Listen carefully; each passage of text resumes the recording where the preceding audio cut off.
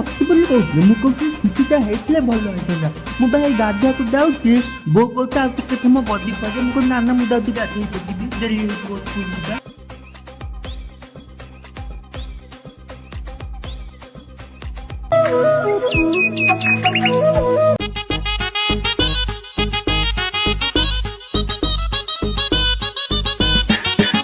ତୁ ଏ କଣ କରିଦେଲୁ? ଶୋଇଥିବା ପିଲାଟାକୁ ଉଠେଇ ଦେଲୁ। ହଁ ଜମା ବା ଥାର୍ଥଟା ହେଇଛି, କଣ ବେଶୀ ଟାଇମ୍ ହେଇଗଲାନି। କାଇଁ ଏବେ ତ କିଛି ଛୁଟି ନାହିଁ। ତମ ସାର୍ କାଲି ଦେଖା ହେଇଥିଲେ, ଆମେ ଚା ପିଉଥିଲୁ, କାହିଁ ତ ଛୁଟି କଥା କିଛି କହୁନଥିଲେ। ଓ ବାପା ତମର ସାର୍ କାଲି ଦେଖା ହେଇଥିଲେ ନା? ମୁଁ ଛୁଟି ଅଛି ବୋଲି କହୁଥିଲି। ମୁଁ କହୁଥିଲି ଛୁଟିଟା ହେଇଥିଲେ ଭଲ ହେଇଥାନ୍ତା। ମୁଁ ଭାଇ ଗାଧୋଇବାକୁ ଯାଉଛି, ବୋଉ କହୁଛି ଆଉ ଟିକେ ସମୟ ବଡ଼ି ପରେ। ମୁଁ କହୁଛି ନା ନା ମୁଁ ଯାଉଛି ଗାଧୋଇ ଯିବି, ଡେରି ହେଇଯିବ ସ୍କୁଲ ଯିବା।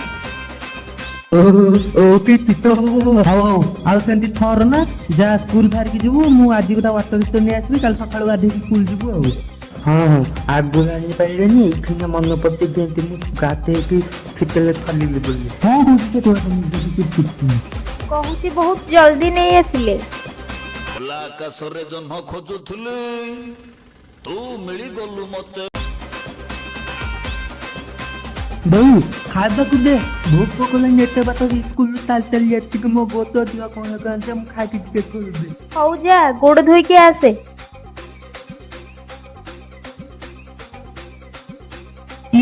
ଏଇ ଟୋକା ଇଏ କଣ କରୁଛୁ? ଇଏ କଣ ମୁଟିକି କଣ ଗୋଡ଼ ଧୋଉଛୁ? ବାପା ମୁଟିରେ ବା ଗଲମ ପଲେଇଥିଲା ବାହାରିଛି, ସେଥିପାଇଁ ସେଥିରେ ଗୋଡ଼ ଧୋଉଛି, ଯେମିତି ଗୋଡ଼ ଆଉ ଥଣ୍ଡା ହେଇଯିବନି।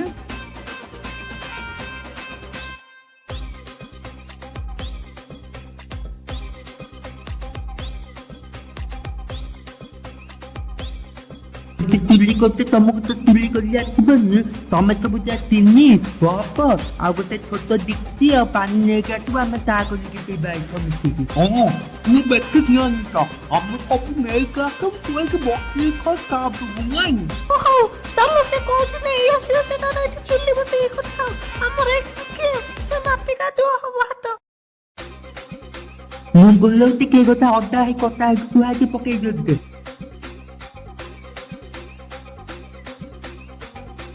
ବୋଉ ଟିକେ ଚା ଆଣିଲୁ। ଛୁଆଟା କଣ ଚା ପିଇବୁ? ପଢ ବସିକି ଚୁପଚାପ। ବାପା ରଜରେ ପାନ ଖାଇବା ଆଉ ଶୀତ ଦିନରେ ଚା ପିଇବା, ନୋ କମ୍ପ୍ରମାଇଜ।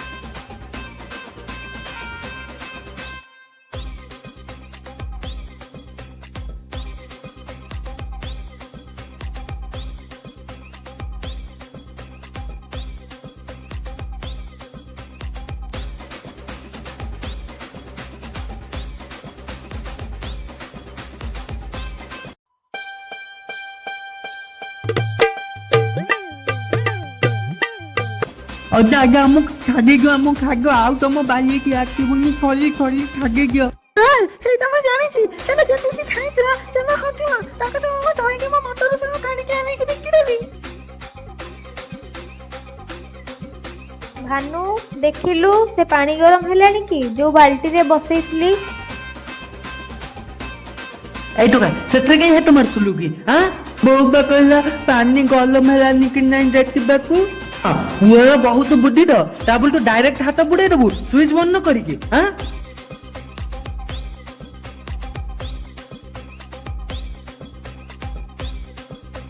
ହେଲେ ତାଙ୍କ ମାନେ ଯଦି ଆପଣ ମାନଙ୍କୁ ଆମର ଆଜିର ଏଇ ଭିଡିଓଟି ଭଲ ଲାଗିଥାଏ, ତାହେଲେ ଚ୍ୟାନେଲକୁ ସବସ୍କ୍ରାଇବ, ଭିଡିଓକୁ ଲାଇକ୍, ସେୟାର ଆଉ କମେଣ୍ଟ କରିବାକୁ ବିଲକୁଲ ଭୁଲିବେ ନାହିଁ। ଆଉ ଆମର ଏଇ ଭିଡିଓର କୋଉ ପାର୍ଟ ଆପଣଙ୍କୁ ବେଶୀ ଭଲ ଲାଗିଲା କମେଣ୍ଟ ସେକ୍ସନରେ ନିହାତି ଜଣାଇବେ। ଆମେ ରହୁଛୁ।